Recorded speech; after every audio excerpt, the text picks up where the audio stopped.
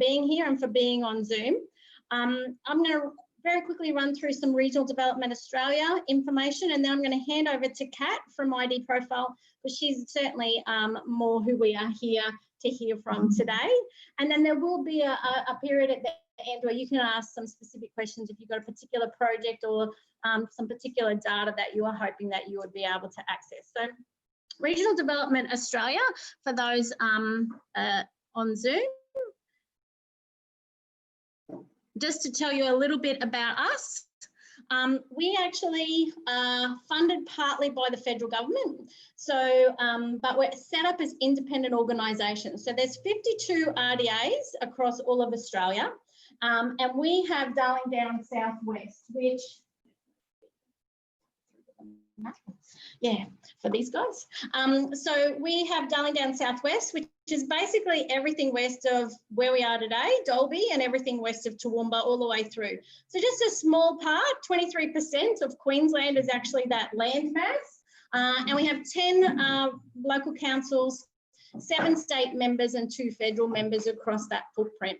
Now, the federal government set up the RDAs so that we would be an independent organisation. So we have a board that I report to, and they are an independent organisation who will decide the priorities for our RDA within the federal government charter. So just a little bit about what our priorities are. Under our charter, there's 3 overarching priorities. One is to get more grants to the region. And so, as you can imagine, today is part of that.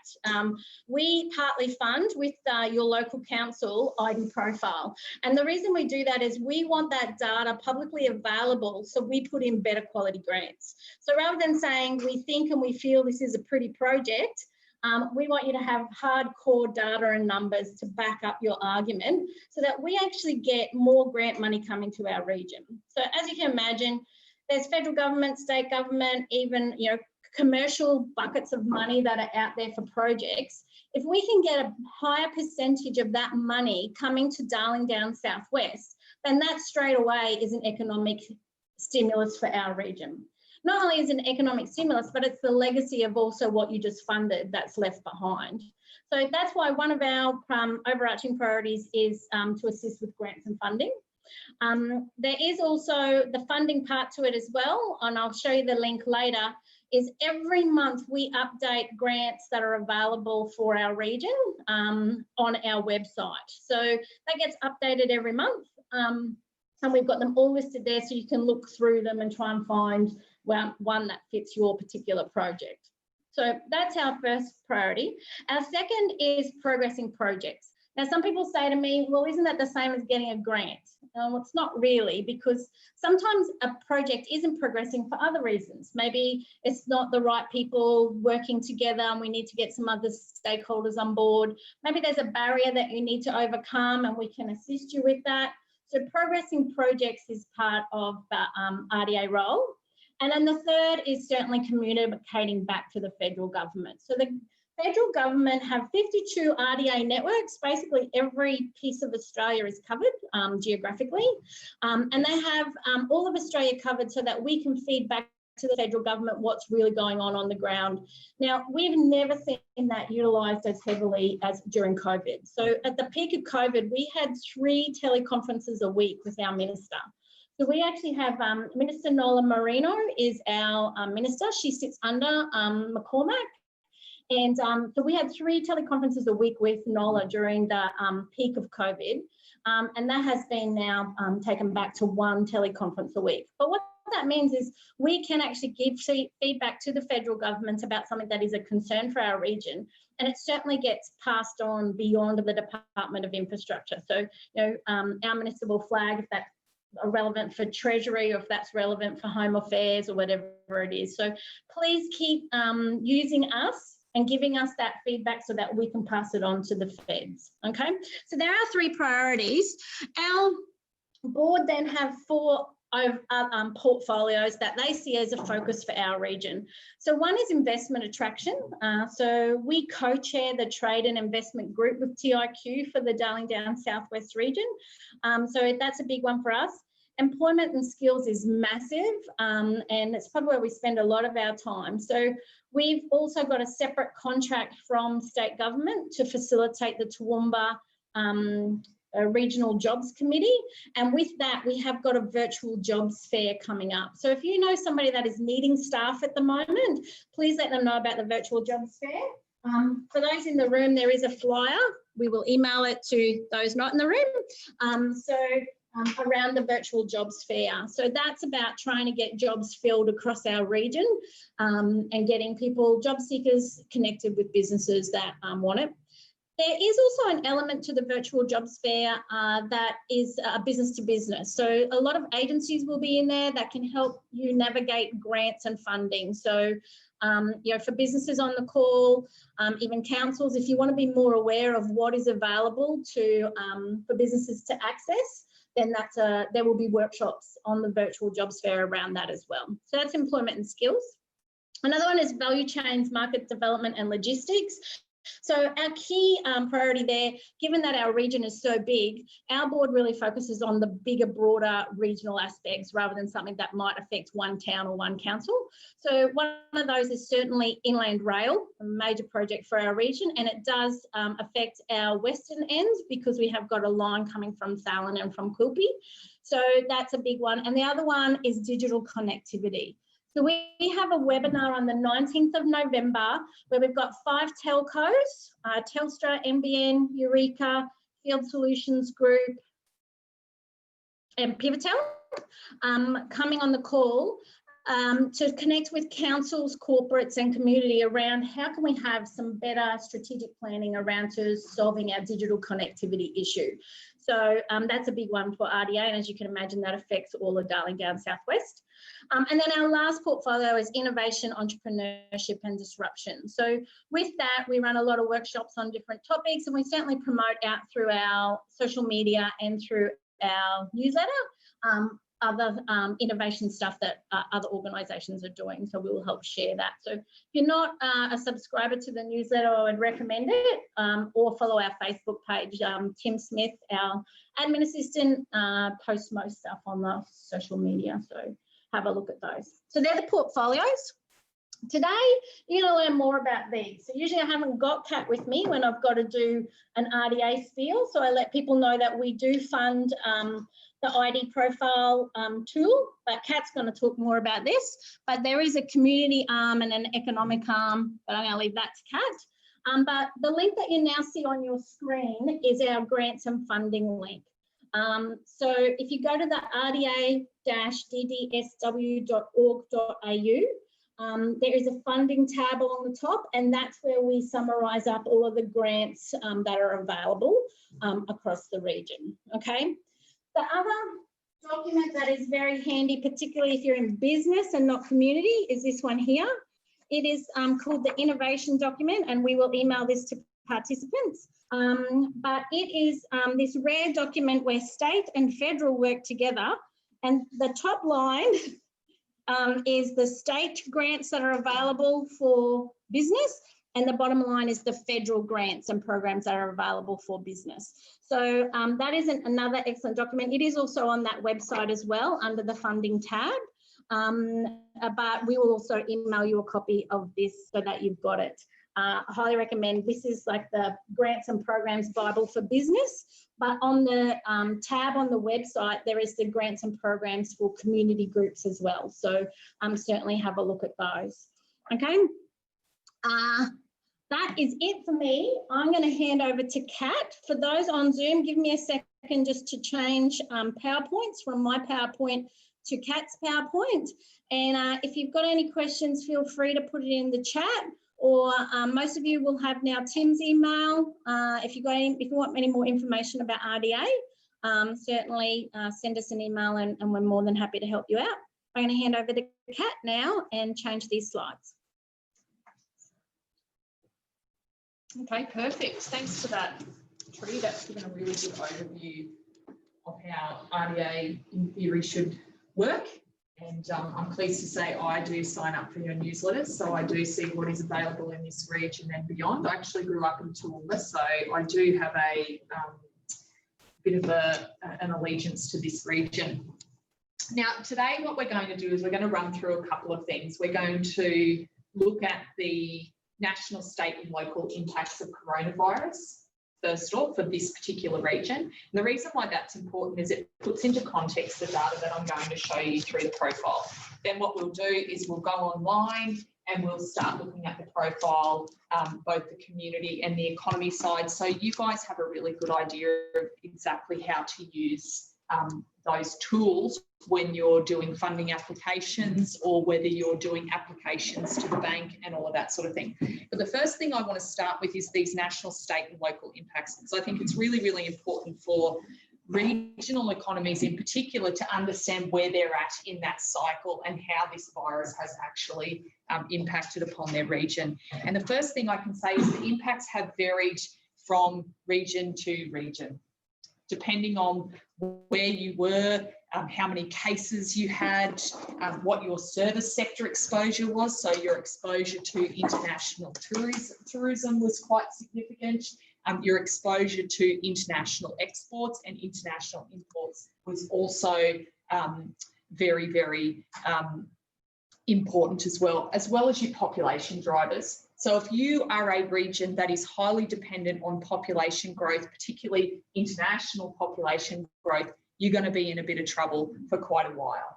And we're kind of lucky in Queensland. We've had not many cases. We've almost been shielded a little bit from some of the impacts of the virus. And the virus is not yet under control. And we know that lots of Europe at the moment have just gone back into lockdown, which is a bit of a problem. And really, when we look at the panacea of this virus, it's about when do we get that vaccine, because ultimately it's going to affect the decision-making around travel and those sorts of things for a long period of time. So there's about 60,000 new cases of COVID every day worldwide. We watch our news and we see that there's very few cases, but certainly around the world, this thing is really in an upward phase. So when the world catches a cold, our economic fall. Now, one of the things we've noticed from this crisis is it's affected both developed and developing countries, which means the impact on the global GDP has been very, very significant. And we can see that compared to the GFC, it's more than doubled. Australia's major trading partners contracted by around 3%. We can start to see some comeback in China, particularly around the steel industry. And we know that ag production in Australia is up as well. But certainly we've seen that contraction, and what it means for Australia is that record that we had of continuous gross domestic product, quarterly growth. We can see now that it's the largest fall we've had since I've been alive, but in the case of most of us, even since the 70s, this is the largest fall Australia will have over that period. People receiving job assistance payments has risen to 11%, and it's barely fallen. Hospitality sector was, in the beginning, hit the hardest. We've seen hospitality really, really struggle. Art and recreation services. In the beginning, ag, forestry and fishing. We need to remember that just prior to COVID, we had some significant bushfires in certain parts of the country. Let's look at Queensland. So the impacts vary from region to region and state to state. And we can see our big falls in New South Wales and Victoria, primarily because that's where we've had our largest number of cases and a very significant long period of lockdown. Queensland, we are starting to see some recovery. If you look at Queensland, we are the orange line on this slide, and you can see we are well above Victoria there in terms of returning to what we would consider business as usual payroll jobs. So what that means is that we're almost getting back to that place where we were prior to COVID in terms of our jobs. But unemployment is higher than the national average, and more people have left the labour force. And we tend to find in Queensland our participation rate is lower than other states, but certainly during a recession, you tend to find that participation rate will fall even lower. So we are still feeling those impacts. Jobs growth, there's been a slight recovery, but we still have 150,000 people on job assistance in Queensland. Now, job assistance is job seeker and youth allowance. It doesn't take into consideration our job keeper payments. Coastal tourism hotspots, no surprise, with international market reliance and inner Brizzy were hit the hardest. And one thing I can say is for local councils, your CBD and how you revitalise that CBD during this period is going to be definitely one of the first things that needs to be considered in coming out of this COVID crisis. And that can be your CBD in Rockhampton, your CBD in Dalby, your CBD in Toowoomba. It's really thinking about how you revive that state as more people have learnt to work from home. So domestic visitation to regional areas has increased substantially, and you can see the scenic rim here. Those areas that redirected their tourism strategies specifically to a domestic market have fared very well. And when we look at places like the Sunshine Coast, Scenic Rim and Toowoomba, immediately they redirected their tourism strategies to just focus specifically on domestic tourism. And that is going to be critical, because international tourism will take time to recover, and it will also take time to build the confidence of travellers to travel outside of Australia. So thinking about caravanning, what options do we have in our community for people to come and see our region is going to be significantly important. And I must say, it's the first time that I have been privy to data that shows that regional Queensland is probably in a very good position to take advantage of many of the fallouts of this crisis. So Queensland is more vulnerable than other states to international flight restrictions, but less vulnerable in terms of international students. So when we look at our economy in Queensland, of which Western Downs is a part of, our exposure isn't as much as in other areas. So it's really thinking about what that means for our local area. We will experience much slower population growth due to the falls in overseas migration. However, once those national restrictions are lifted, there is the potential for state-to-state movements. And you'll see here, you can see the reliance on this particular slide of Victoria and New South Wales to that net overseas migration. And that is really important. And those people that come in that particular category, in that net overseas migration, are typically younger people and young people with families. So that has a real impact on both the New South Wales and Victorian economies.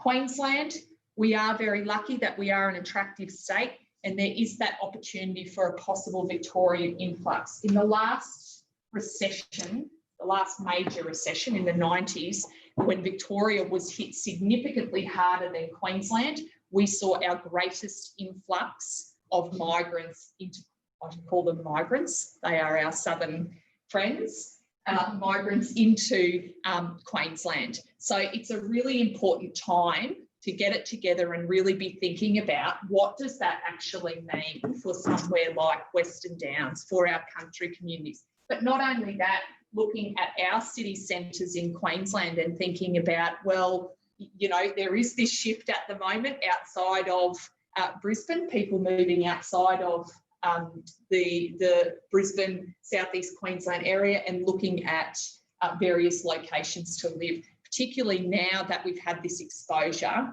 to working online. So there's a bumpy road to recovery. And the first, when we looked at hospitality and the impact that this crisis has had on hospitality, we can see that's really a result of those social distancing impacts. So the first phase we went through was social distancing and what that meant to local businesses, local cafes, CBDs, you know, those areas where people would flock to each day to get their coffee and that sort of thing. Then what we see next is in this phase two is this falling investment and spending as businesses and households start to pull back on their spending. And we can actually see here that households and businesses have already started to cut spending. Our R&D levels are back to 2006 levels of investment. So it's thinking about what implications does that potentially have for your region as well. Thinking about new business startups, how are we encouraging those people to come to our community and invest? And certainly household savings is up as well. So many jobs are vulnerable when JobKeeper is removed and will weigh on household spending and confidence. Now, I've looked at your JobKeeper numbers for the Western Downs and they're pretty good. There's not that panic of what's going to happen when JobKeeper goes away. And there's many communities in Queensland at the moment that's not really a phase that needs to be as concerned about as other areas of investment. But certainly we've got about 81,000 people that are on JobKeeper payment in Queensland that are currently working 0 hours. But the Queensland economy is expected to outperform the nation. That's case driven, and simply because we haven't had to social distance as long as other areas. And certainly our communities have been out there travelling. We've seen those influx of visitors, particularly in regional areas as well. So now let's zoom in on those regional impacts. So initially, the largest job impacts were in regional areas. But as we go into the next phase, we're really seeing how this crisis is going to impact metro and urban economies, particularly those economies that are on a border. So the Gold Coast, places like that have really struggled through this crisis, even though they've got, a million people on their doorstep, over 1 million people on their doorstep, they've still really struggled simply because they've spent time looking at the border element than focusing on that domestic market. This is our job seeker changes in Queensland, and you can see down there in the CBD corner, this is talking about those people accessing youth allowance or job benefits. This isn't JobKeeper, this is job seeker. And we can see Cairns and Douglas up here in the north are bright red. They've had a significant increase in people accessing job seeker, and also down there in the CBD corner. Agriculture regions have been less exposed, but we have challenges that still remain. And it's really thinking about how we move back to buy local, how we package that for other regions as well, thinking about local food demand as well. So our framework, firstly, we had those social distancing impacts and what that means for international tourism destinations and activity centres. So that's our first thing. Then we went into falling investment and spending, and we need to think about how that impacts on our big industry. So these are our big players that continually reinvest back into their businesses, and also those smaller businesses that say we're going to hold off on investing in more marketing at the moment, or we're going to find a cheaper option for this particular product, or we're going to hold off bringing something to market during this period. So it's all of those things that have flow on through our economy. So it's really trying to build that certainty with individuals. And then our long run damage and opportunities. So thinking about skills and training, entrepreneurial activity is going to be really important. Collaboration between regions, making sure that we're trying to be as efficient as we possibly can. And thinking about, as Trudy mentioned before, those grants and funding opportunities that might arise out of this particular crisis to support businesses through the way. So the Western Downs prior to the COVID health crisis. So when we deliver our data at ID, we deliver our data yearly to our over 350 clients Australia-wide. So 2019 in November, we basically cut the cord, and then that data is released in February. So that data was released in February, and then March, COVID hits. So this for us is really what we would consider almost business as usual just prior to COVID. So when I look at different regions, and I can see this through Western Downs, is before this crisis hit, you were performing really well. So you can look at it and you've come into the crisis in a relatively good position. And there are other regions that have done this as well. I was just in Cairns in North Queensland, and they moved into the crisis in a very good position, meaning that this crisis hasn't hit them as hard as potentially what we would have thought, what we could have envisaged. Whereas on the other hand, somewhere like a Douglas or a Noosa went into this crisis not performing well and have found it extremely difficult to come out the other end. So the Western Downs prior to this was performing quite well.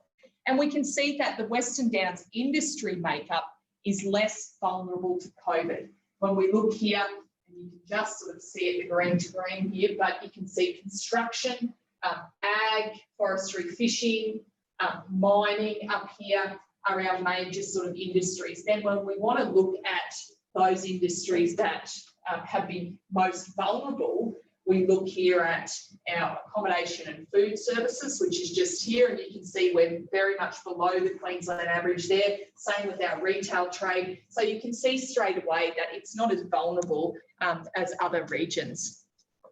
And we can see our headline estimates here. Now this, I'm going to explain this. This is looking at September quarter of this year compared to September quarter of last year. So September quarter of last year, we had no COVID.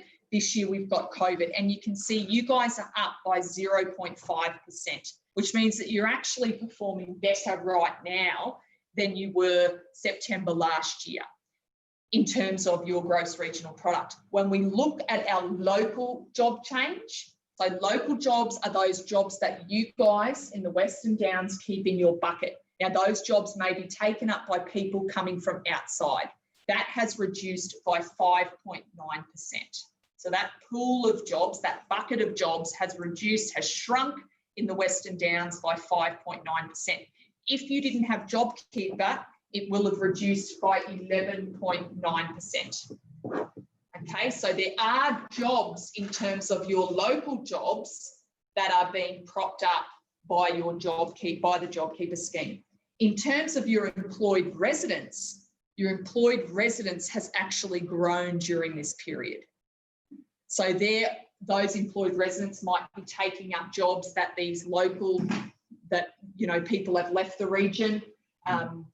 You look at some regions where you have migrants taking up jobs and they've gone back overseas or whatever it might be. We can see people, employed residents taking those jobs. So the employed resident change is 1.3%. If we didn't have JobKeeper, we would be down 1.7%. So there are a proportion of jobs in the Western Downs that are being propped up by that JobKeeper payment.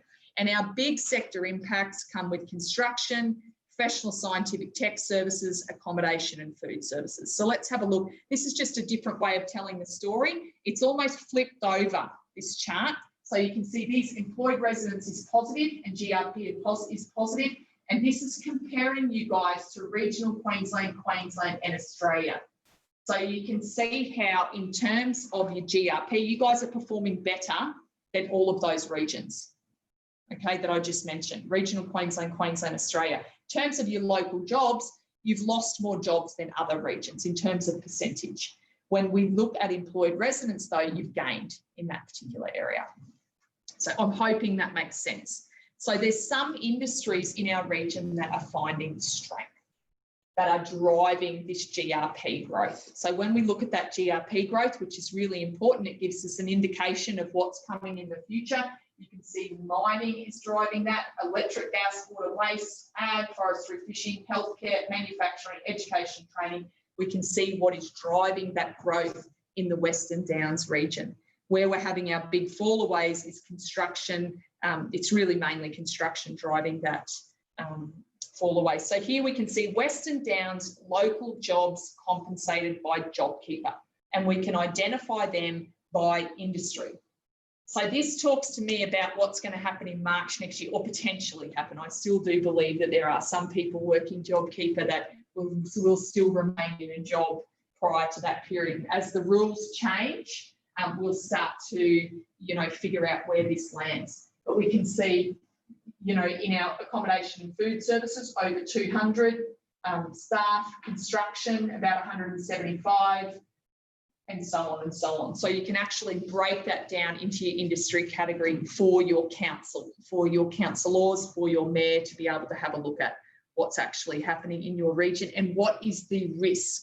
So what is our risk and our exposure to that risk for next year? We've also seen an increased number of JobKeeper recipients, and this is for the whole of RDA, Darling Downs and South West. And what's really cool about this is you can actually see across all of the regions exactly what's happening, and you can compare that to regional Queensland and Queensland. But Darling Downs and the South West region, you can see as soon as COVID hit how much this increased in terms of our job seeker. So this is people who were laid off during that period. They didn't qualify for JobKeeper and they were laid off. We can see here Balonne, Gundy, Maranoa, Merway, Peru, Quilpie, Southern Downs, Toowoomba, Western Downs here down the bottom. We can see what that looks like in terms of that growth. And then what we can do, and this is updated monthly, guys, so you can keep an eye on this, is we can see that between July and September, we have had some people dropping out of job seeker payments. So we can see some improvement, some recovery since July. So we can see in the Western Downs, we're starting to see that job seeker number come back. And that's really, really important. Every council needs to be able to see. So Peru, and I mean, these guys are smaller, Peru and Quilpie, we've actually seen an increase in July. So I was just up in Cookshire and you can see, and Ballon, we can actually see they haven't had any recovery at all. I said, this could be a problem. This is something you need to watch because you don't want a long-term dependency on JobKeeper in your region as people start to have a look at that. So our move to recovery. Tourism plans targeting that domestic tourism is going to be critically important. Activity centre strategies that I've already mentioned, really looking at the potential for higher vacancies in town, infrastructure projects, grant opportunities, agriculture, food, thinking about that safety and quality of the local produce. Scenic Rim have done a lot of work in this area around developing local, farm to or paddock to plate type menus for Brisbane residents, and I think it's worked really, really well.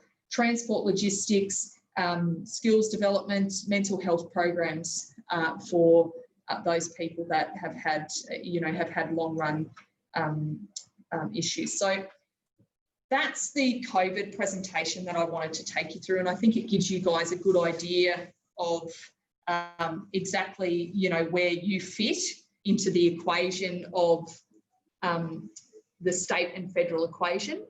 Now what I can do, so does anyone have any questions first? Any questions from online? I'll check on Zoom. Check on Zoom. Do you guys have any questions? Not really? Is it what you thought might have happened? Yeah. Yeah, super interesting. I've been travelling around Queensland at the moment presenting that for every council area and just to see the differences. Really anecdotal. So after July, my family lives in Warwick, so Southern Downs, and I live here in the week. Yep. I have seen that Warwick and Stanthorpe have lifted tremendously in terms of activity. There are no empty shops. There's new cafes opening up. And that for me is very interesting. It shows me local tourism or regional tourism in Queensland. Yes, I would agree. I gave a presentation in Scenic Rim and Rocky just recently. Yeah. And, I'm amazed at the amount of people in those particular areas, travellers and visitors and that sort of thing. It's not the high value add that you would get from an international tourist or from an interstate tourist, but it's drip feeding and keeping alive these communities. For me, the interesting thing was when I was still at Southern Downs, our international tourism is so small because there the tourism is regional or cross-border from New South Wales, but there was minute amounts of international. The only international people were the backpackers that worked in the food farms. Yeah, absolutely. And I think that's probably why I say this is probably the greatest opportunity for regional Queensland that we will see in a long time, as you have people in Southeast Queensland in particular, stepping up their game in terms of visiting regional areas. What does your research say, if you have, on people's mental attitude to travel overseas? Look, I think it's going to be a long time. I think there's going to be a very long lag. I think that we're talking greater than 2 years. I think if you're looking at international tourism or you are a destination like the Gold Coast or Cairns, I think I would be really reviewing my strategy very quickly and focusing specifically on the domestic market for the next 2 years. That would be our advice. And also, keeping an eye on travel bubbles and things like that as they come up. But certainly the game has changed. You can't get a caravan in Brisbane, it's a year wait at the moment. So things like that tell me that people are going, well, that 30,000 I would spend on an overseas holiday to go to Hawaii or, you know, wherever, or Bali or whatever you do for the year. Now we're going to be looking at other options. And you can see that in the way people are travelling around, even just around southeast Queensland. But those regions that have tapped into that domestic market have done extremely well out of this. And what you'll find is that those regions that do this well will potentially see an increase in population from more urban metro type areas. Now, the tourism thing is interesting. My family are in Botswana. Yep. In the tourism industry, and it's the entire Southern African tourism market has crashed. Gone. Yeah. There's nothing. Yeah. And it's since March. Yeah. So, yeah, scary, eh? I'm just checking if there's any questions on Zoom. Feel free to type them in the chat, or if you want to take yourself off mute, just take yourself off mute, and then we'll verbalise them to the rest of the guys here live if they can't hear you. So is there any questions from Zoom attendees? Not at this stage, Kat. So we might get into show. Now, Zoom guys, you're going to have to watch here. So it's going to be a little scary for a little bit, and hopefully I won't stand in everybody's way. Yeah, you got that? Okay, so the first thing, I've just taken us straight to the community profile homepage. And the way that ID breaks down its data is into what I call the red and green sections. The red section is all about your community. So it talks to me about who lives in your community, how much do they own, how much do they earn, what sort of dwellings do they live in, how educated are they, how qualified they are, all of those really specific details. Now, when I look at that information, it gives me a good feel for who's living, in this case, in the RDA, Darling Downs and Southwest region. So the first thing I'm going to do, I'm just going to show you through this page. We get the map, and you saw Trudy's map before of the RDA DDSW area. And then when we go down the bottom, we get this almost menu of items of things that we can look at. So if I am a bit lost and I'm thinking, I can't remember where Katrina or Trudy said what other industries that people work in, or how many households there are with children, or those sorts of things, come down to this menu and it will help you to find some of those more detailed areas that you want to look at.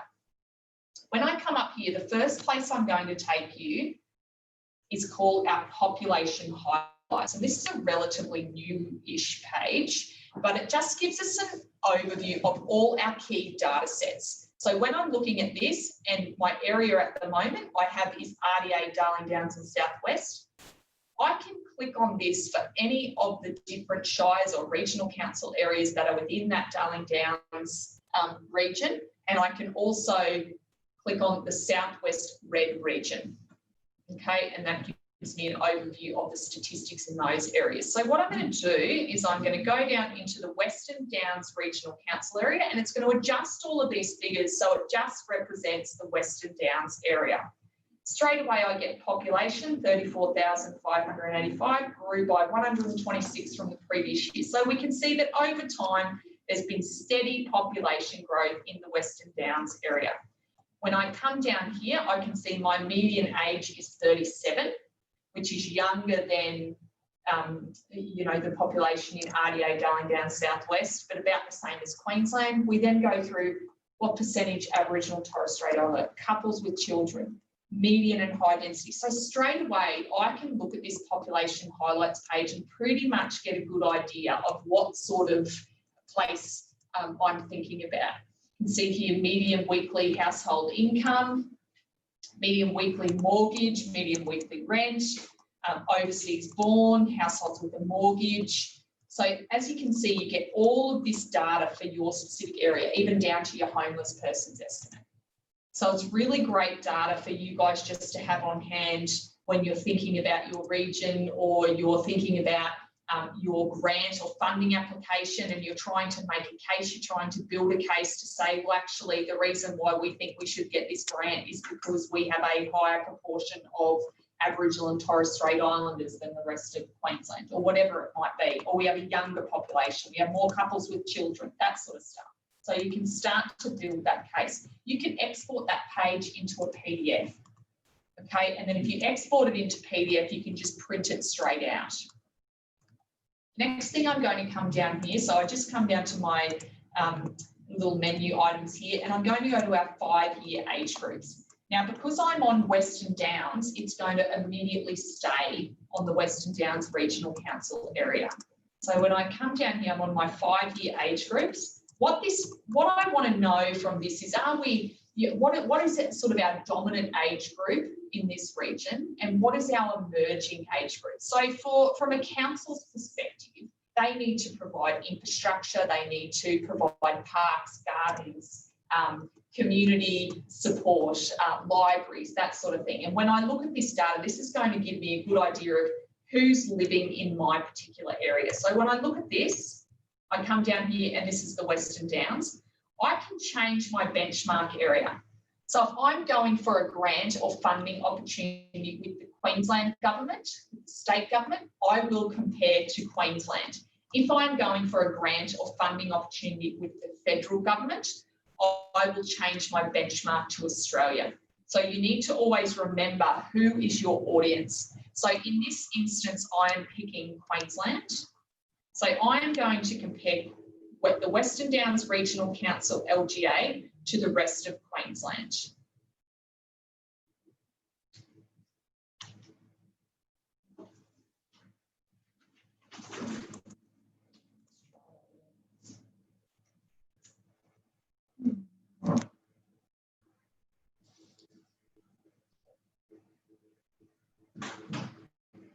Okay, I'll just try that again so we can compare to Queensland.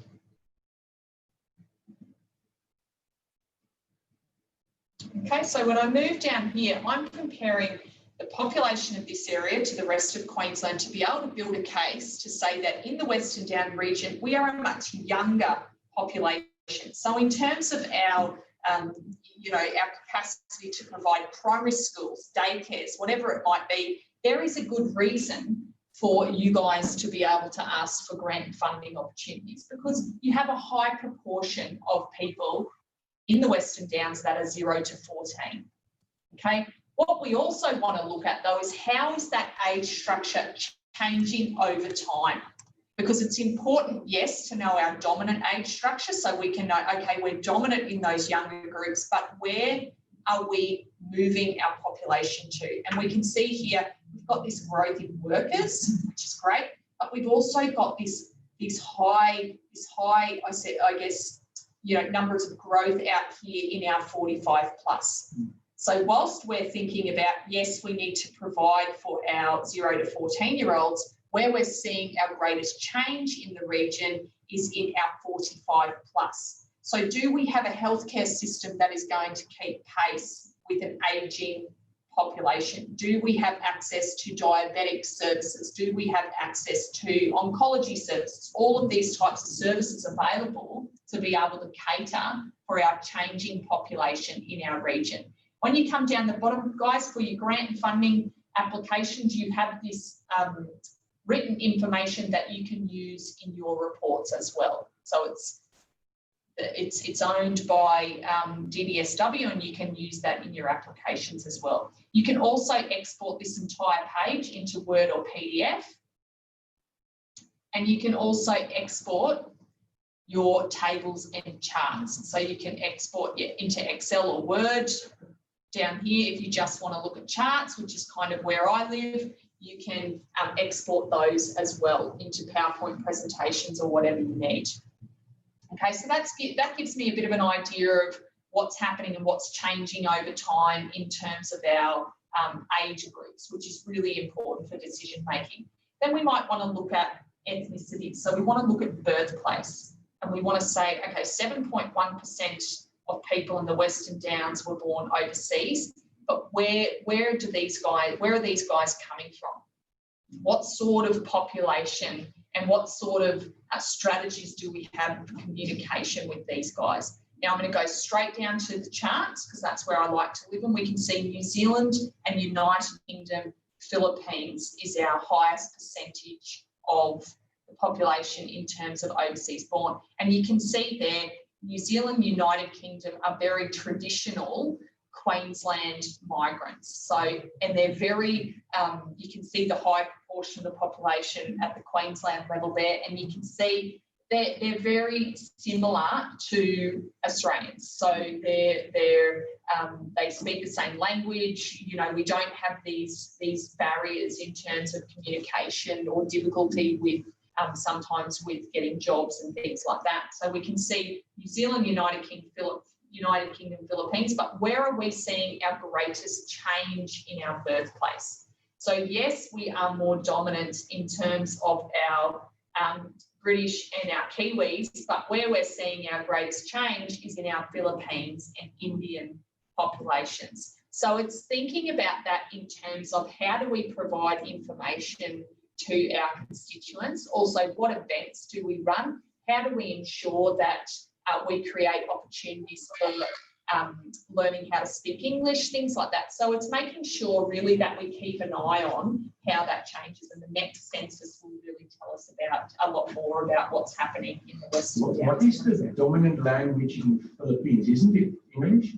So we can look at that. So when we come up here, so if, for example, this is an area where you go, okay, that's interesting.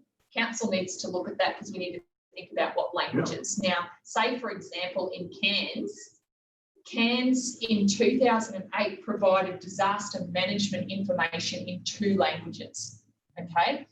Now they provide disaster management information in 12 different languages, okay? And that's just because of the diversity of their population and how they have to connect in terms of disaster management to those segments of the population. So what you can do then is you can move from who are we, birthplace, to go, okay, I want to now look specifically at the language that is spoken at home. So when we move through here, we can see 3.5% of people spoke a language other than English. So it's very small numbers in this area, but it's certainly something to keep an eye on. There are a lot of councils in Southeast Queensland that I'm sure are kicking themselves going, we probably should have kept an eye on that a few years ago and thought about what this means for our local community. So we come down here and we can see, you know, speaks English only, non-English total, over 1,100 people in the community. When we come down here, we can see our language spoken at home ranked by size. So Filipino, Afrikaans, Punjabi, Hindi, Spanish, German. Let's have a look at how that compares to the rest of Queensland. So when we look at the rest of Queensland, we can see there's a higher percentage of the population that is speaking Filipino in this particular area. Same with Afrikaans. So then you go through your languages, you can see Punjabi, Hindi, about those languages spoken at home. And then we can see our change. So here's where we start to go, okay, well, you know, yes, this is the Filipino is the most predominant, but where are we seeing the greatest change? And we're seeing it in that Filipino language as well. So it's one to think about and say, okay, we need to really, think about how we connect with those guys. You know, what types and styles of housing do they like that they're attracted to? You know, what do their household structures look like? We can see here Punjabi is another one. So you can see this shift towards these Asian languages as well. So it's thinking about community awareness around these changing populations, because it can have a significant impact on the community and social anxiety and things like that as well. I grew up in Toowoomba. I know what a traditional community is. Do the data give us an opportunity to see who are bilingual or multilingual? Because everyone that speaks Afrikaans, I'm Afrikaans, can speak English. Yes. Finish. That's just what it is. Yep. And I would say the majority of people who come from India can also speak English. Yes. So you can come up here to proficiency in English. Ah, okay. Did you have questions? No, because I'm just recognising we've been on Zoom for an hour. We're just going to take a quick 2-minute break. And Tammy asked a really good question to see if we can share Kat's screen. So take a 2-minute break, stretch your legs for those on Zoom. I'm going to make the guys in here do some Tai Chi.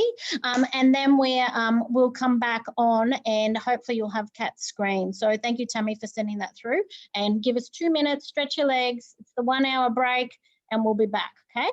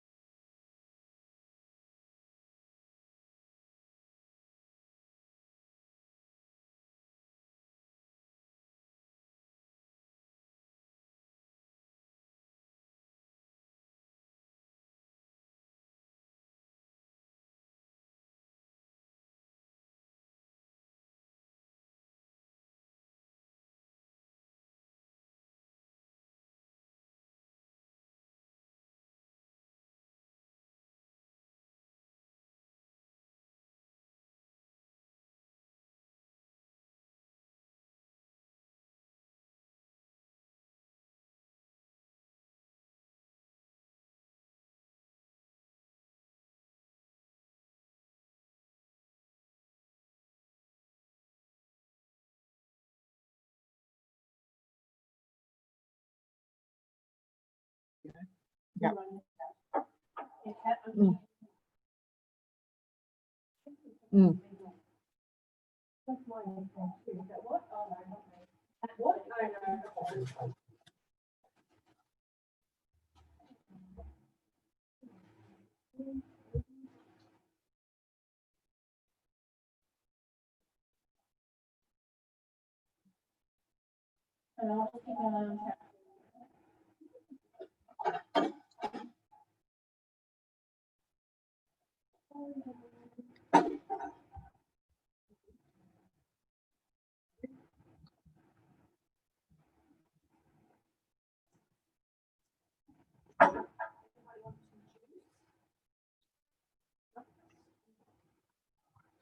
Oh, thank you. I'll go and get something.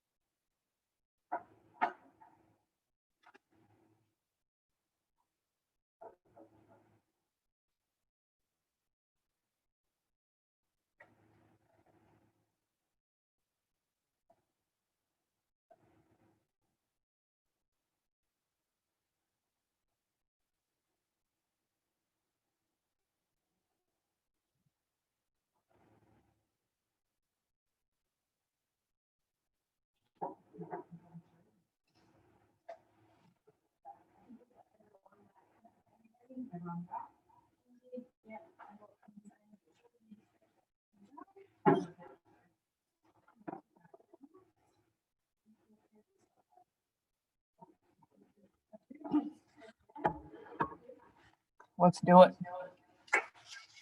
Okay, so one of the questions from the floor was about, did you want to mute that on your side? So one of the questions from the floor was around the proficiency in English. So looking at how well does the person speak English in the household. So, you know, we may find that we have migrants here who can speak English very well. This, you know, their language other than English may be the predominant language at home, but they may speak English quite well. And we can see here, you know, compared to Queensland, speaks English only, 85%. We've got this little bit here. We've got 4% speaks another language and English very well, and our percentage is quite small there. Speaks English only. Here we go. It's very, very tiny. So 17 people, English not well or not at all in the Western Downs Regional Council area.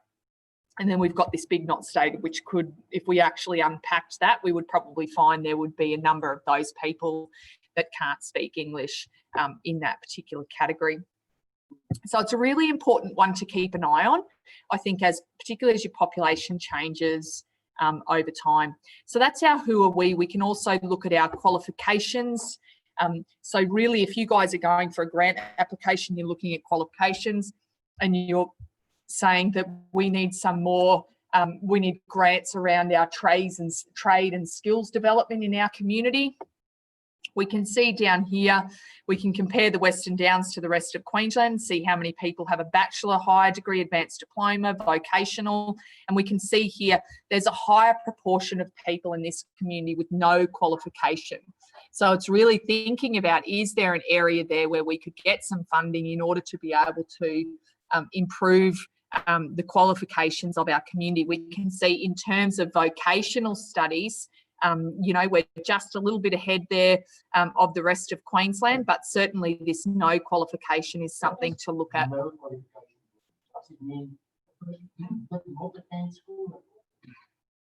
No, it means basically that, so when we go up here, we can get some information here about,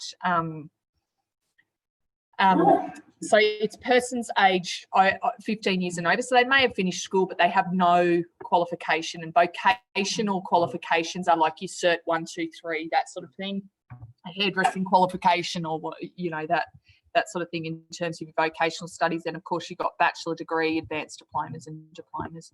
So you can come down here though, and we can see the change in the highest qualification achieved. So we've got this increase in the amount of people in our community between that 2011 and between those census periods. We've got an increase in our bachelor or higher degrees, increase in vocational, and an increase in advanced diploma or diploma. So we've got a reduced number during that period of no qualifications, which is a good sign, but it's certainly coming up here and thinking about, well, if we want to improve economic opportunities for people in our area, then we need to think about qualifications. Here we can see our dominant and emerging groups as well. So you get all of that information that's already written for you, ready for your grant application. Okay, once again, guys, you can export that entire page. We can also look at our highest level of schooling. What do we do? I'm going to leave that simply because we're going to look at the economic profile, which has all of that information, but we can also look at how do we live. So our household summary. So what does that look like for the Western Downs? And we can see 26.3% of households were made up of couples with children compared to 28.7% in Queensland. So let's go straight down to our chart so we can have a really good indication of what's going on. We can see our main households is couples with children, followed by couples without children. And then our lone person household there is stronger than the rest of Queensland. Let's have a look at how that's changing. So one parent families and lone person households is where we're seeing the greatest change in our community. And that's something to really think about. So that's something as a community to say, okay, what's happening around our lone persons? How do we unpack that? What sort of style of accommodation are we providing in that lone person? Is that lone person the elderly, or is that lone person minors that are coming into work in our community? What does that actually look like? Because it's not necessarily your traditional lone person, which is your aging type person. Your one parent families, what's happening there? Is that because of economics? What's driving that increase in one parent families in the community? So once again, you get your dominant and emerging groups down below. Household size, let's have a look at our household size. So we've got that summary, but we also want to have a look at, well, what is the size? The name of each person, including visitors who spent the night on Tuesday, the 9th of August in this dwelling, and where does the person usually live? So let's have a look down here. We'll go straight down to the charts, guys. You can see 1 and 2 person households are the dominant household size in this community. So if we're out the back just building 4-bedroom homes, we've got a problem, because that's not necessarily who we need to be catering for in this particular region. When we look at our change in our household size, that 1 and 2 person households is where we're seeing that greatest change. So it's really important for planners, strategic planning, all of these guys to be aware that when we see a development from a property developer come across the line, or a small family developer, that we take into consideration how that population is changing, because you may not be catering for what's actually going on. So you can see those dominant and emerging groups once again down below, guys. You've got that information and you can export all of those charts and tables. So that's our how we live. Then what we can do is we can look at our how we live and come down here to our dwelling type. So we've looked at our household size. We've looked at what we think is changing in that segment of the population. We're seeing a greater number of lone person households. Now let's look at our dwelling type. So here we can see mainly separate houses, a little bit of medium density, caravans, cabins, houseboats. That might be travellers coming through that region during that period. Let's go straight down to our charts and we can see separate house is our predominant dwelling structure. Okay, so whilst we've got this increase in lone person and one parent families, that sort of thing, we've also got this abundance of separate houses in our community, a lot less medium density as well. And we can see though that there has been this shift. So we can see there has been growth during that census period in that medium density housing developments to cater perhaps for that growth in those smaller numbers in our households. So the next thing I'm going to take you to, guys, is the job seeker information. So there's all this other information here that talks about our journey to work data, our migration profile. So where are people moving into the Darling Downs Southwest region? And now we've got this job seeker data. And this is basically what I showed you in the presentation. The reason I'm showing it to you again is because it will be a good one to attach to any of your grant and funding applications if you've got something and you wanted to show the impact of COVID on job seeker in your particular region. So we have set it on March compared to September. Shortly that will be updated with October information.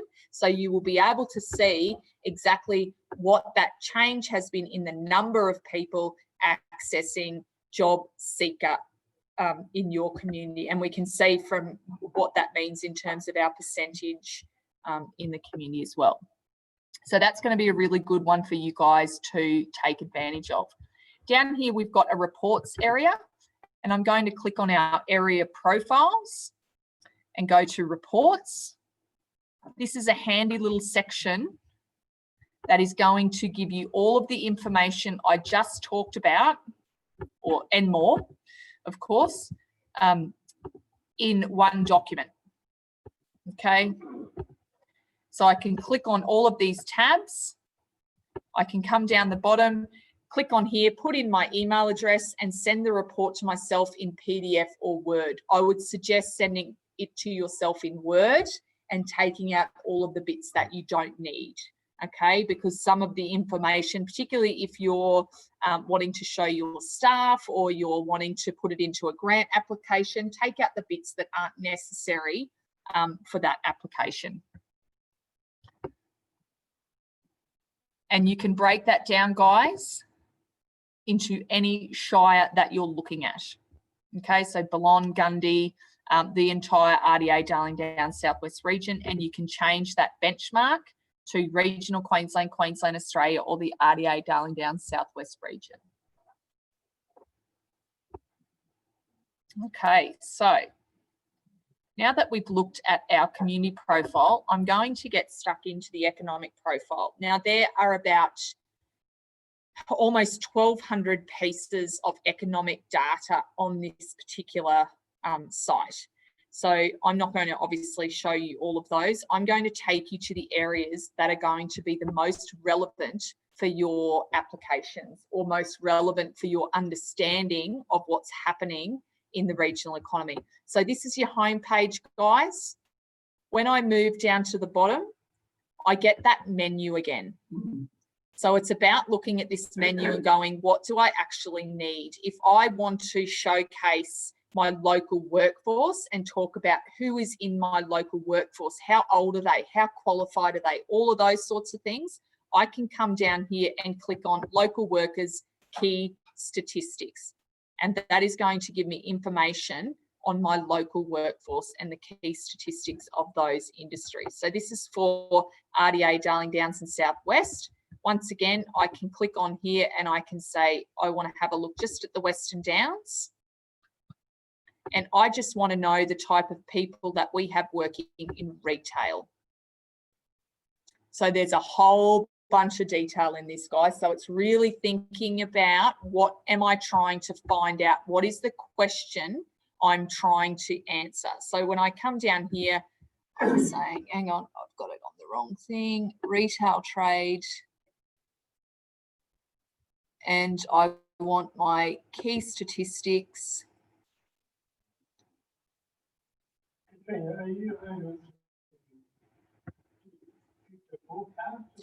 We can do, so we do population forecasting, but not on these two modules. Population forecasting, there's a couple of things that go into it, and it can be really quite expensive to do it. For a region like this, the best way to determine future forecasting, I would suggest, would be to look back and have a look at your change over time and the types of numbers that you're getting previously. It's a small enough region to be able to, I think, create some, some good insight into what potentially is looking forward. So we can see here our local workers, guys, key statistics. So this is my local workforce in retail trade. I can see here we have a predominantly female workforce. We've got a younger demographic, and this is one of the reasons why, they talk about women and the youth being affected most out of the COVID crisis, because when you break down the information of who is in different industries, you can see in our accommodation, food services and retail trade, it's often younger women that are working in those sectors. Our top three occupations: sales workers, managers, technicians, hours worked, full-time versus part-time, qualifications. So we can see we've got people working in retail trade with bachelor or higher degrees, income levels, methods of travel, to, you know, how we travel to work, all of that sort of thing. So it just gives us some really nice information on our particular sectors. You can break that down into age structure, hours work,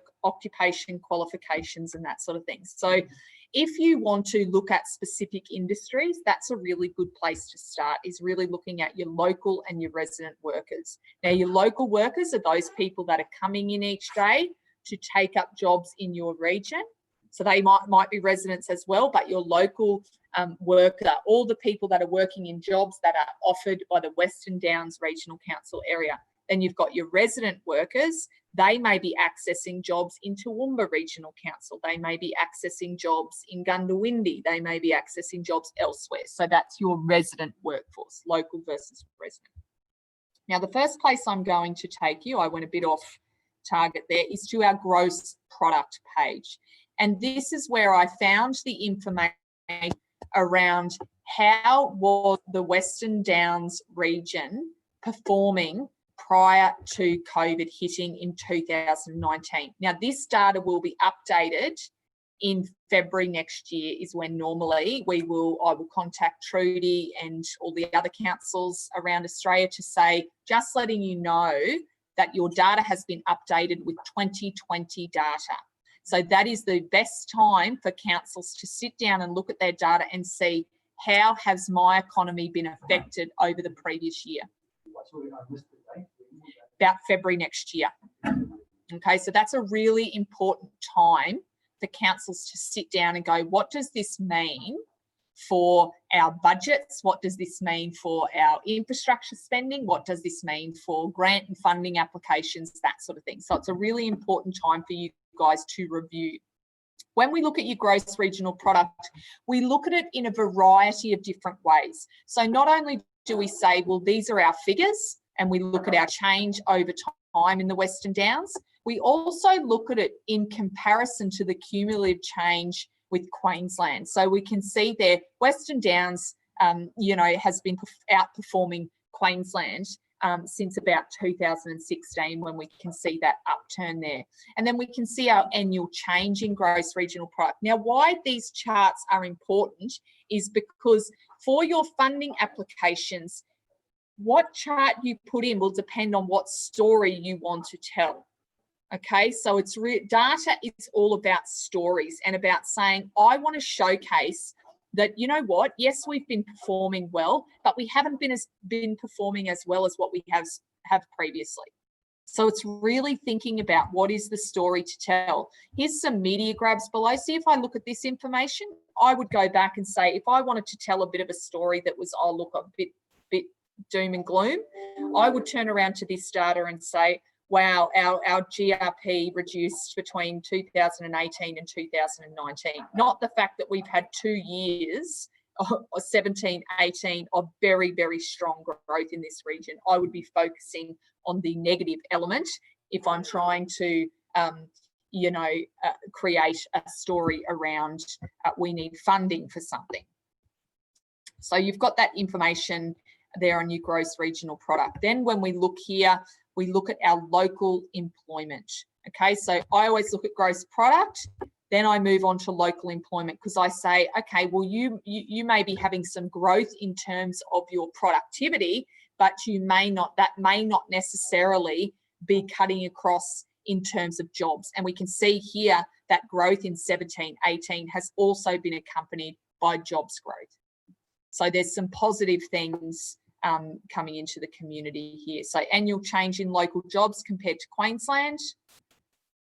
And we can see here those percentage changes. So here's some media grabs for your local community, the local Dalby Herald or whatever it is, Dalby Times, you know, turning around and saying we've actually had jobs growth between 18 and 19 of 4.3%. Very strong jobs growth.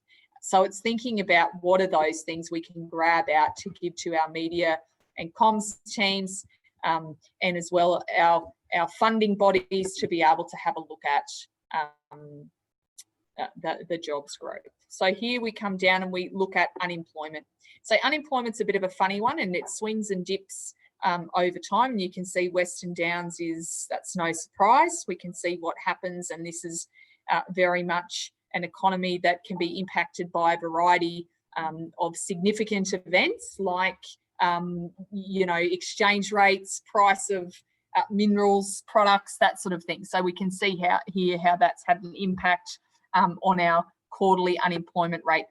And of course, guys, that's another one. Use at your leisure when you see that it's going to be used in your favour. So it also gives us our numbers too. So we can see in March quarter of this year, we had 606 unemployed people.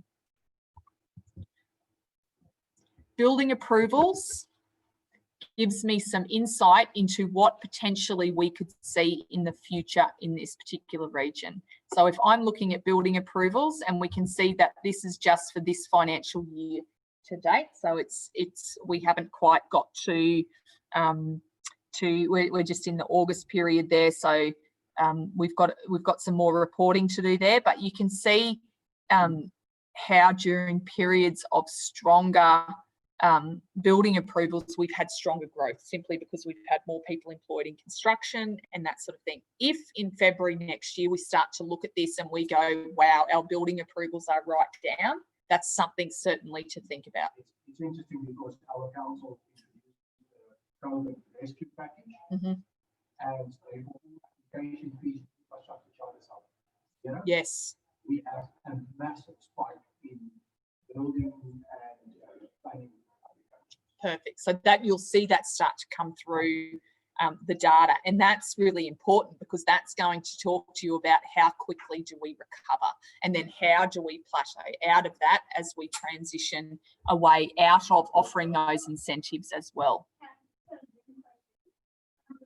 Are we able to benchmark against another council For building approvals? or anything there? So if we come off mute. Why not think of that word?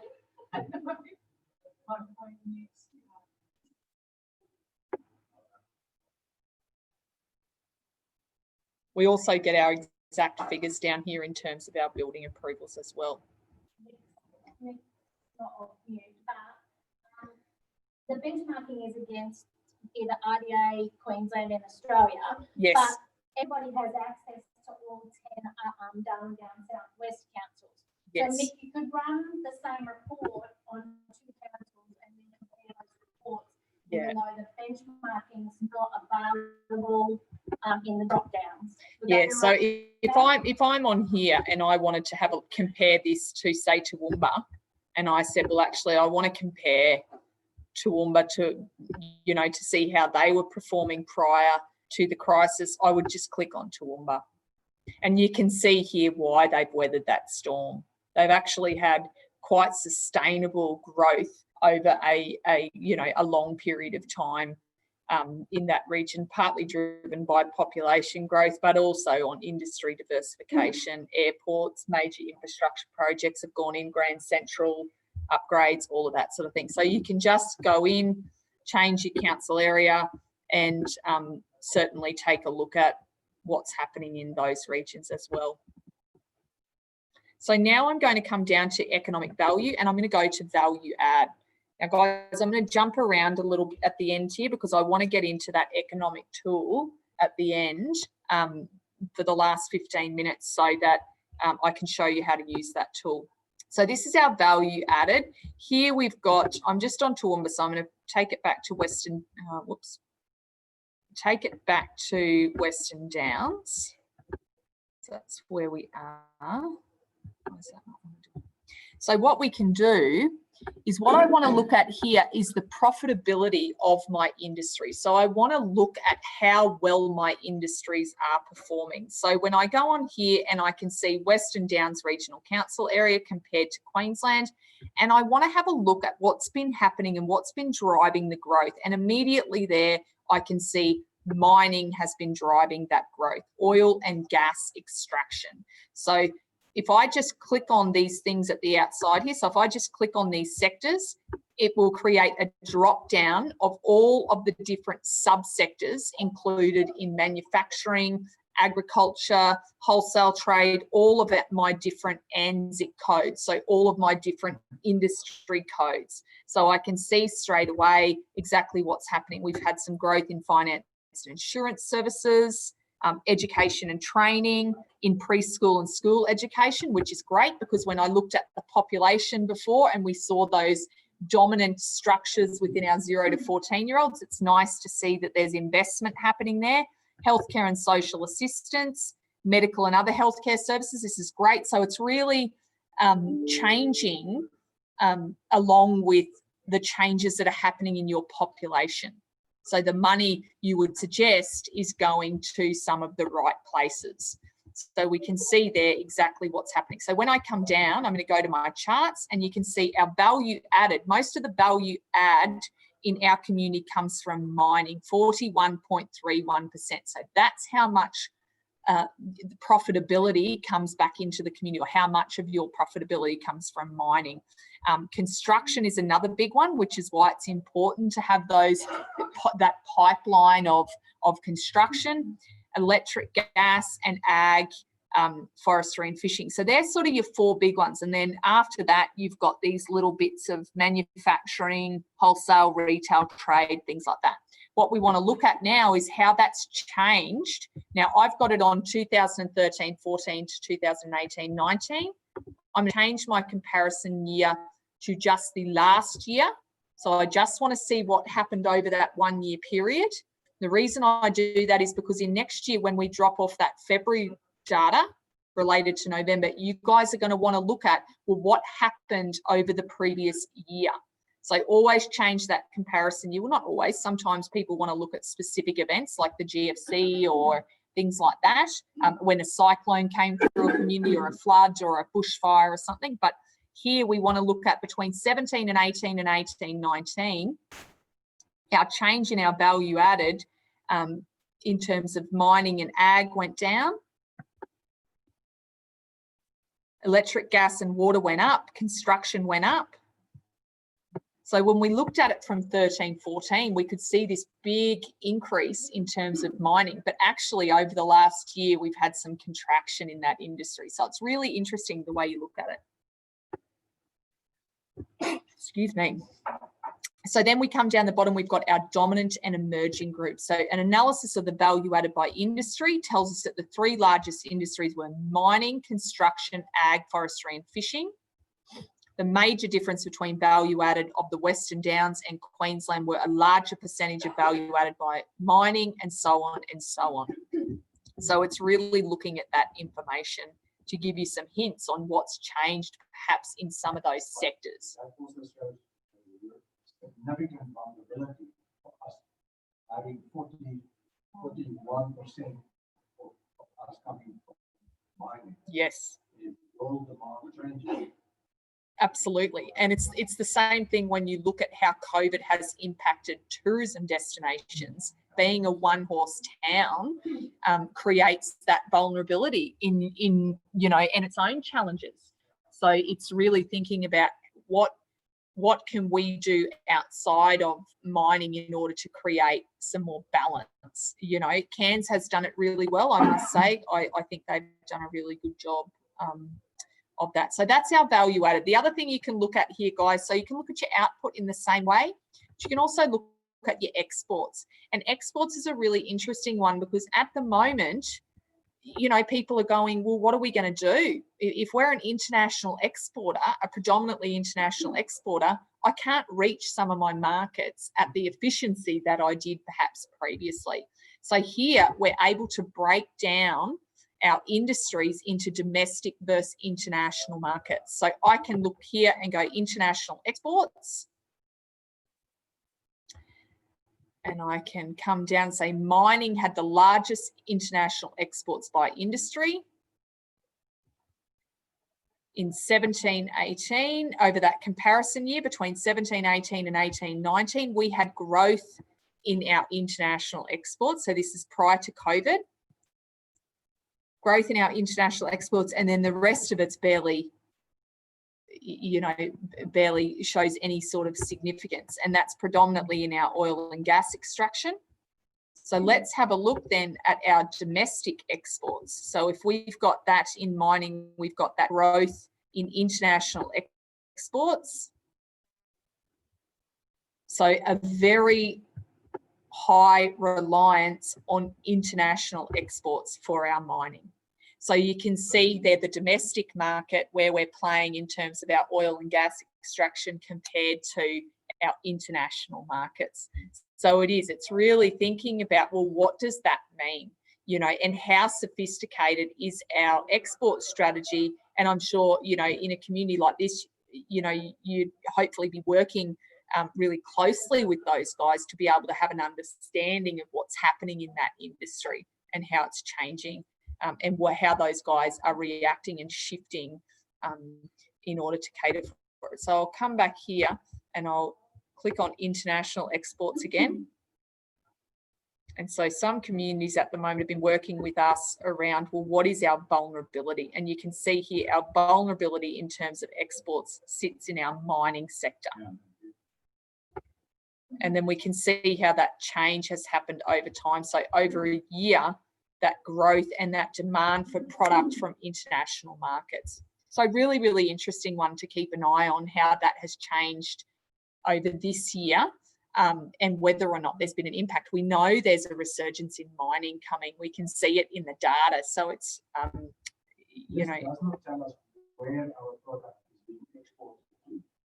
No, so I think we can break that down. It's just not on the tool. That's the sort of thing that if you want to know that, email Trudy and she will email me and say, Kat, can you have a look and find out whether you can break down those international exports into what ports they're going to or whatever, and we can see if we can break that down.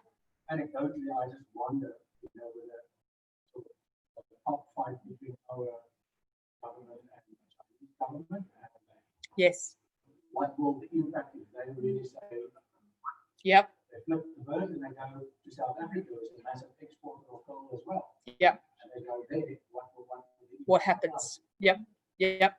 What is that flow on for you guys? So the other one is employment, guys. Important to look at our employment totals and see how we're changing. And we can see here, you know, between that 17, 18 and 18, 19 period, we did have a reduced number of people working in mining. So even though we had that increase in international exports, we did have a decrease in the value add and a decrease in the number of people employed. Manufacturing was up though, and that was mainly around machinery equipment. We've also got food product manufacturing, which is great because it means we're connecting in with our ag sector. Let's go down to our charts and we can see here major employer construction, so 17.88%. Ag, retail, a little bit of retail there we can see. Electric, so there's a few things there that we're looking at in terms of our employers, and where we've seen that change in our employment between 17, 18, 18, 19 construction, so some major projects, and that could be across roads, bridges, a whole bunch of things. Ag, electric. So once again, guys, you get your dominant and emerging analysis down the bottom. So that's our employment. So that's one I like to keep an eye on. Let's go to industry focus. Now, for those of you that are from a specific industry or are looking at a specific industry, we can actually give you an industry sector analysis. It's similar to what I showed before with the local worker analysis within industries. This tells me about what's happening in specific areas. So if, for example, I wanted to look at that food product manufacturing, I said, wow, I just want to have a look at what's happening there in terms of food product manufacturing in the Western Downs. I can come down here and say, okay, we have 149 people in this region employed in that area compared to 124 previously. We've got 132 FTEs.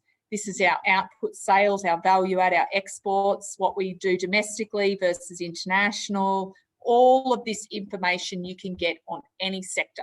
So that can be education, retail, accommodation, food services. All of these variables you guys can look at in order to be able to get a really good reference point for what's happening in that particular industry.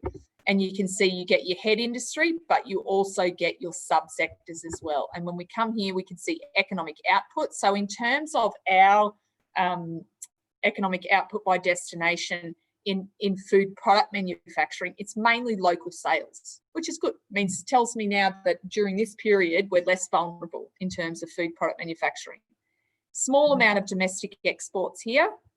And, you know, there are some international exports. It'd be interesting to find out a little bit more about that and what's happening. But compared to Queensland, it's a bit lower. We come down here and this gives us our industry contribution to Queensland. So we can see what percentage of the employment total. So here's some of you where your rubber hits the roads with some of your grant and funding applications, as you can show over time what's happening in your food product manufacturing sector. And then it talks to us about our shift share analysis. So how competitive we actually are in that market. Let's come up here and I'm going to show you something that sits with this. We've got our industry sector analysis, which tells me all about the industry. So who's working there, all of that sort of thing. Now I want to look at how it's changed over time.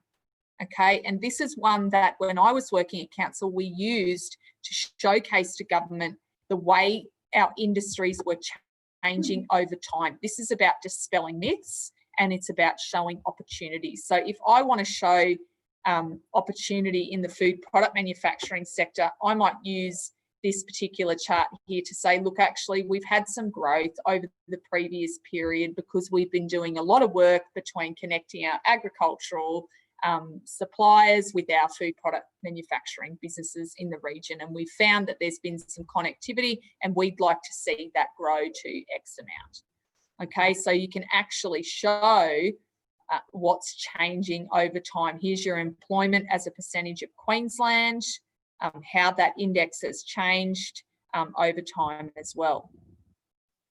We can also do that for value added, which is our profitability. So we can say, not only is employment growing, but let's have a look at what's happening in terms of value add.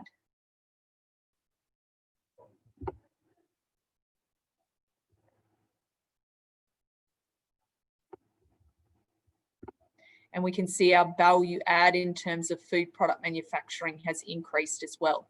So it's really thinking about what story you want to tell and what industry that you want to focus on, because I can come in here and I can say, well, I want to look at mining. You know, I want to show how exposed we are. I want to talk about, you know, building and construction, electric supply.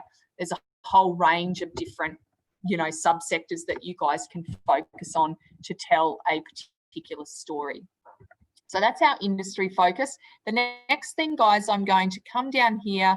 I talked about your COVID economic forecasts as part of the presentation. So this page gets updated and it talks to me about what is the impact of COVID on your area, which is going to be useful when we start, when you're thinking about grant and funding applications and showcasing, you know, what potentially is the change.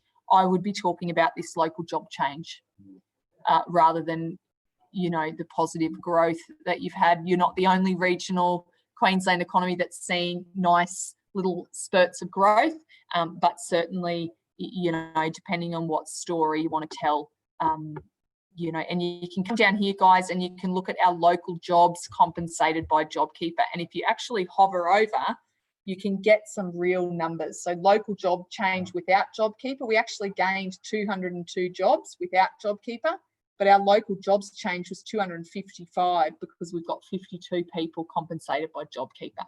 So you can get that real data for your applications or whatever it might be.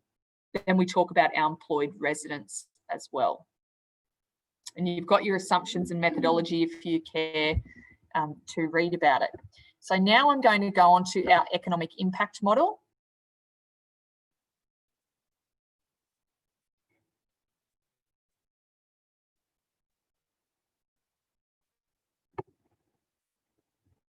Let me see if I've got.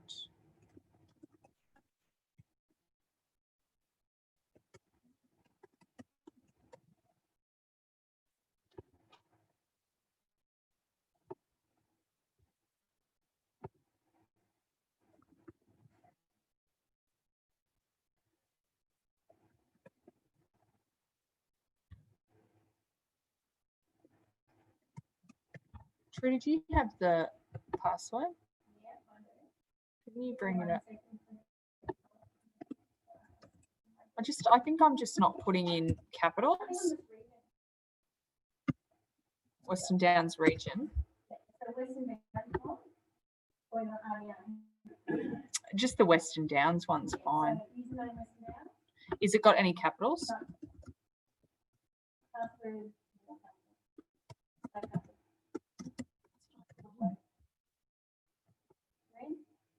Yep, good woman. All right.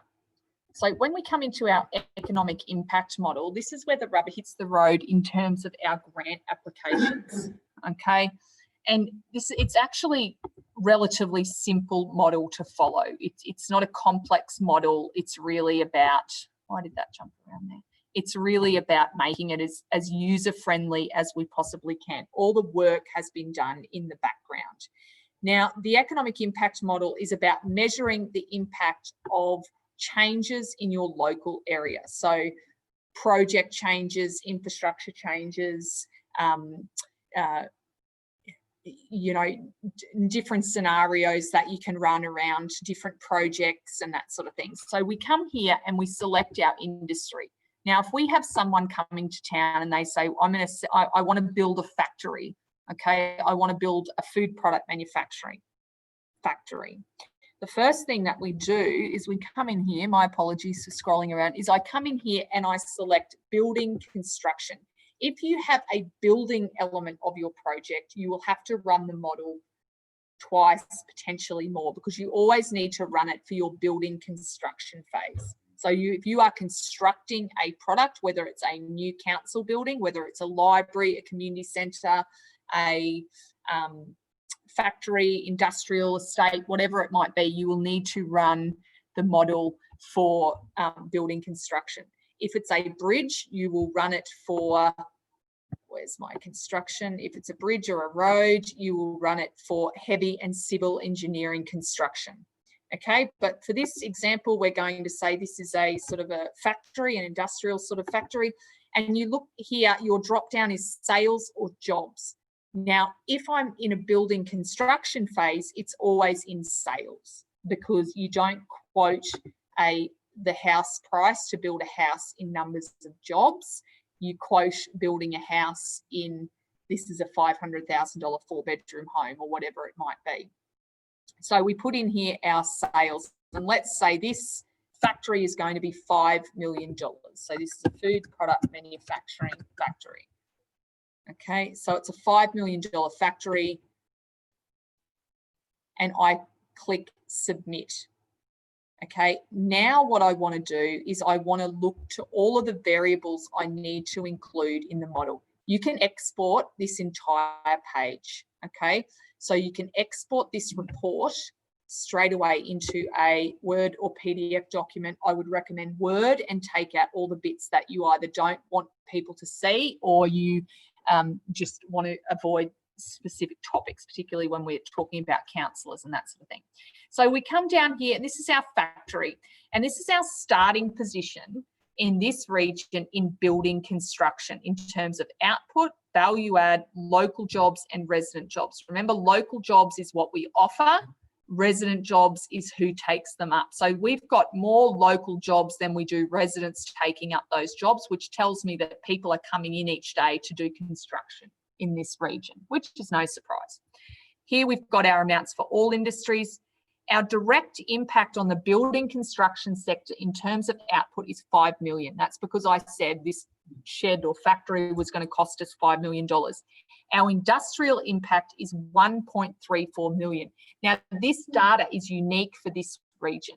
So the reason why it's unique is because the model is built on data that is only available within your LGA.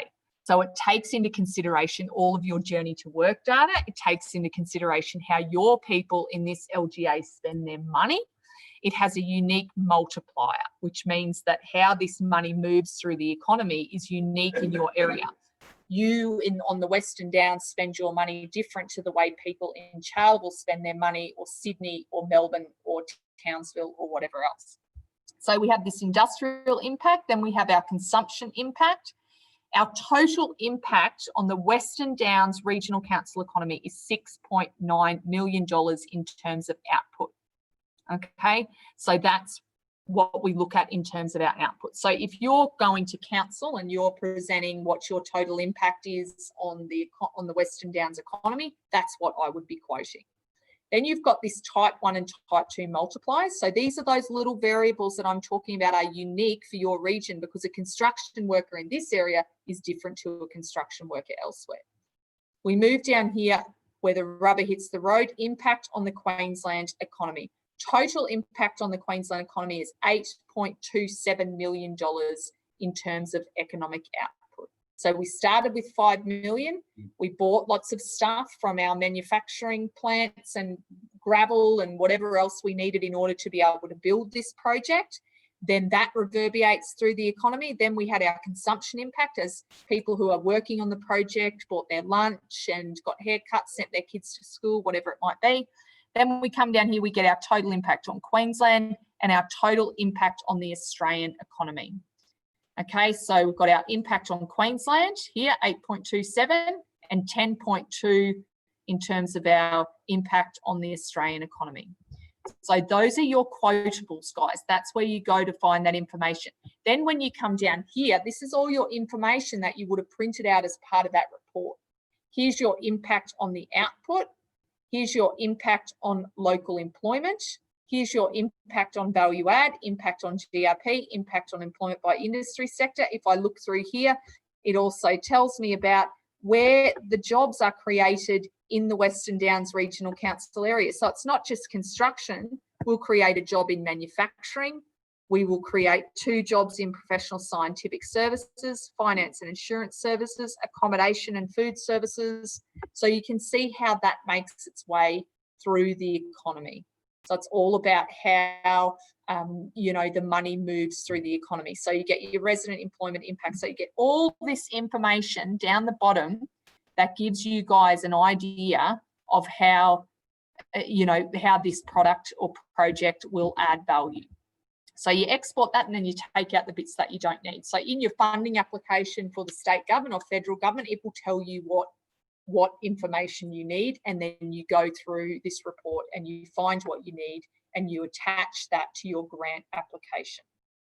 Okay, so that's our building construction phase. But we also know with this project that we're going to add 10 employees in the food product manufacturing sector. Okay, so we've got 5 million. We're now going to employ another 10 people in food product manufacturing. And we come here and we run that through the model. So this will accompany your construction phase. Now we're talking about our operational phase. So for the operational phase, our direct impact is 3.55 million. Our industrial impact is 2.75. Our consumption impact is 1.03. Our total impact for this part of the project is 7.34 million. So we would add this report as the operational element of this project and what the impact is.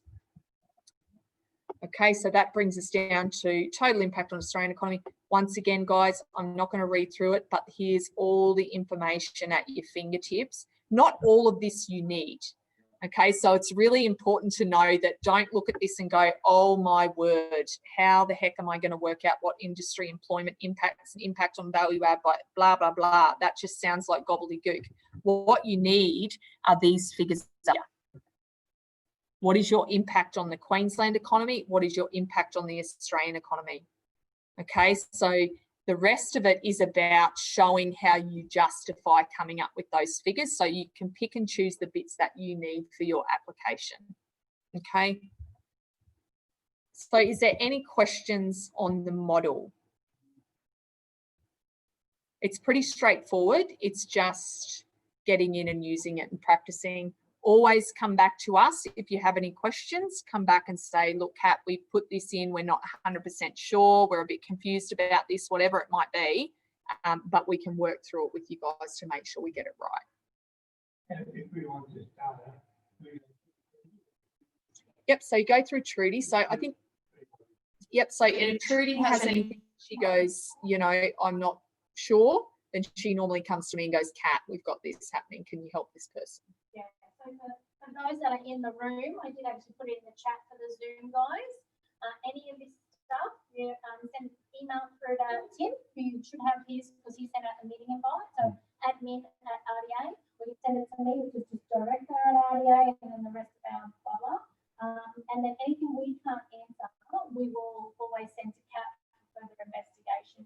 And then she lets us know what is and isn't available, but usually she's got some form of method to get it. Yes. And any of that economic impact statements, we can run those reports and send it to you as a report that you can attach to your grant application. So Yes. so admin is your best, because Tim's usually more readily available, and as you guys know, I'm out and about all over the countryside. So if you send them through to Tim, you quite often get them faster than if you send them through me. I usually just anyway, yeah, we can do any of those for you. And same with if you're doing a grant, and even if you don't need those reports, always keep us in mind for a letter of support. Yeah. So Tim will always do those as well. There's been some rare occasions that we've thought that's not a great project, but yeah, I think in 2 years that's happened twice, and yeah, it was from a not a corporate association asking for multi-millions and didn't have their ducks in a row or an agreement to use council land. So in extreme circumstances like that, we say no. They're my favourite. Most times we can assist. So there is a ton of information in ID Profile. Like just looking at the bottom of the red tab or the bottom of the green tab, there is so much info in there. You can't break it, you know. Yes. So just go in there and click on it and see what there is. And then if you can't find it, don't waste time. Just shoot us an email. But most of your councils have at least got one representative who is very familiar with it. So go to them. Yours is led away for Western Downs Regional Council. But for the community groups that are online and in the room, you're probably best off coming through RDA than your local council, and Tim will get that there for you. So, as I said, please, and I put Tim's email in the chat. Please send us any further questions that you might have or data that you need, because in a 2-hour period, Kat can't answer it all. But I am interested to see that during that whole 2-hour period, I think we have one attendee that had to leave, and everybody else, it's really hard to be on Zoom for 2 hours. So thank you for those guys who have been on Zoom for 2 hours, and obviously the content they loved, Kat, because they stayed on for that amount of time. If you like going, hey, I wouldn't mind seeing that again, Tim will send you the recording and he will send you the PDF versions of both mine and Kat's presentation. But that doesn't show you the navigating. The recording will have the navigating, but obviously the PowerPoint doesn't. This is number 1 of 7 presentations in 4 days all over Darling Downs Southwest. So it literally is a road trip. We're in Roma from 6 till 8 tonight.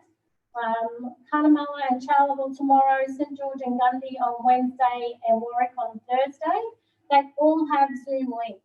So if you wanted to get involved again, we don't care if you're a repeat offender, and come join another PowerPoint.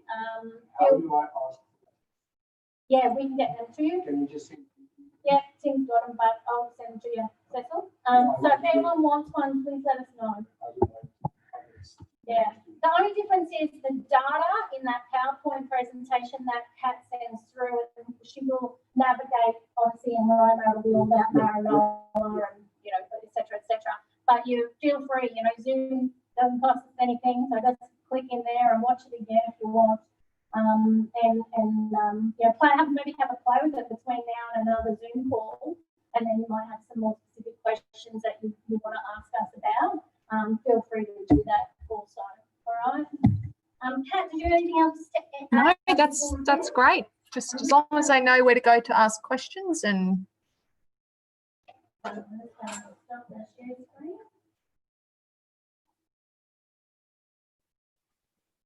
So for those on Zoom, I have to get you to mute. Oh, that was nasty, wasn't it? There's 2 of us on there. God. Reading this say God. Thank you very much. That was one word I didn't Okay. hear, and it just died. Thank you, everybody. No, thank